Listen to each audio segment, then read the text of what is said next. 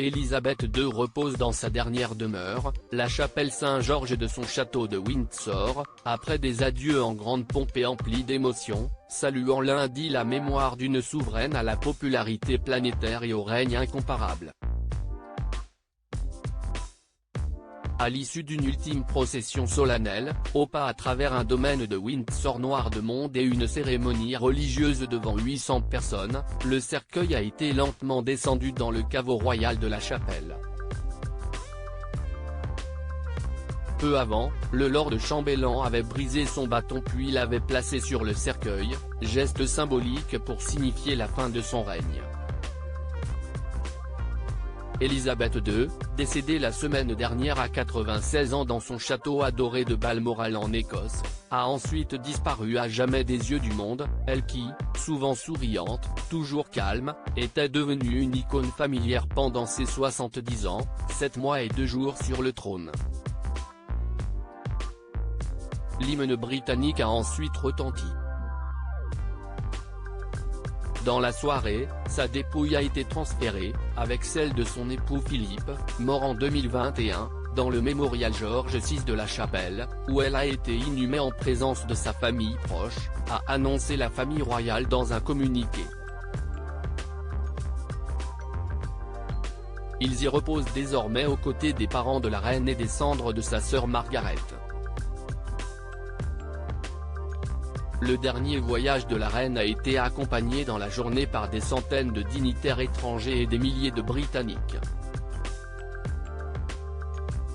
Depuis la mort d'Élisabeth II le 8 septembre dernier, son cercueil clos a traversé son royaume, dans un corbillard à travers la campagne écossaise, un avion de la Royal Air Force, ou lors de longs cortèges funèbres sur des airs tristes joués par des fanfares, tirés par des chevaux ou des marins. À Édimbourg puis Londres, des centaines de milliers de personnes ont patienté des heures, parfois toute la nuit, pour se recueillir devant la dépouille de la seule monarque que la plupart des Britanniques aient jamais connue, dont le visage, présent sur les billets de banque et timbres, était reconnu dans le monde entier. La dernière journée d'adieu à la souveraine aura été à l'image des 12 jours qui ont suivi son décès, chargée d'une immense émotion populaire, soigneusement mise en scène, avec toute la pompe des traditions séculaires de la monarchie britannique. Elle avait été planifiée depuis au moins 20 ans. En milieu de matinée, au son des cornemuses, le cercueil, surmonté de la scintillante couronne impériale, a quitté Westminster Hall, la partie la plus ancienne du Parlement pour rejoindre l'abbaye de Westminster voisine. Des dizaines de marins le tiraient, suivis du roi Charles III, ses frères et sœurs et ses enfants, les frères William, l'héritier, et Harry, le Californien, en froid. Dans l'abbaye, la reine consort Camilla, Kate, la nouvelle princesse de Galles, et Meghan, l'épouse d'Harry, les rejoignent. Mais aussi les deux aînés de William et Kate, George, 9 ans, désormais deuxième dans l'ordre de succession, et Charlotte, 7 ans, très impressionnée sous son petit chapeau noir. Dans l'assistance, le gratin des dirigeants de la planète, dont les présidents américains Joe Biden et français Emmanuel Macron, les 6 anciens premiers ministres britanniques encore en vie, de Johnny Major à Boris Johnson, et les têtes couronnées européennes, du roi d'Espagne Felipe V au roi Philippe de Belgique en passant par le prince Albert de Monaco.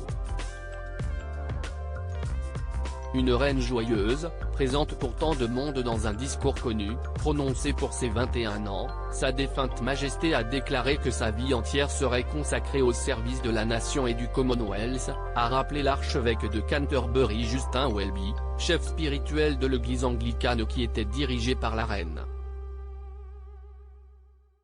Rarement une promesse aura été aussi bien tenue, a-t-il ajouté, rendant hommage à une reine joyeuse, présente pour tant de monde, touchant une multitude de vies. La cérémonie s'est achevée par 2 minutes d'un silence poignant, observé à travers le pays, avant l'hymne national qui désormais célèbre Charles III, God Save the King.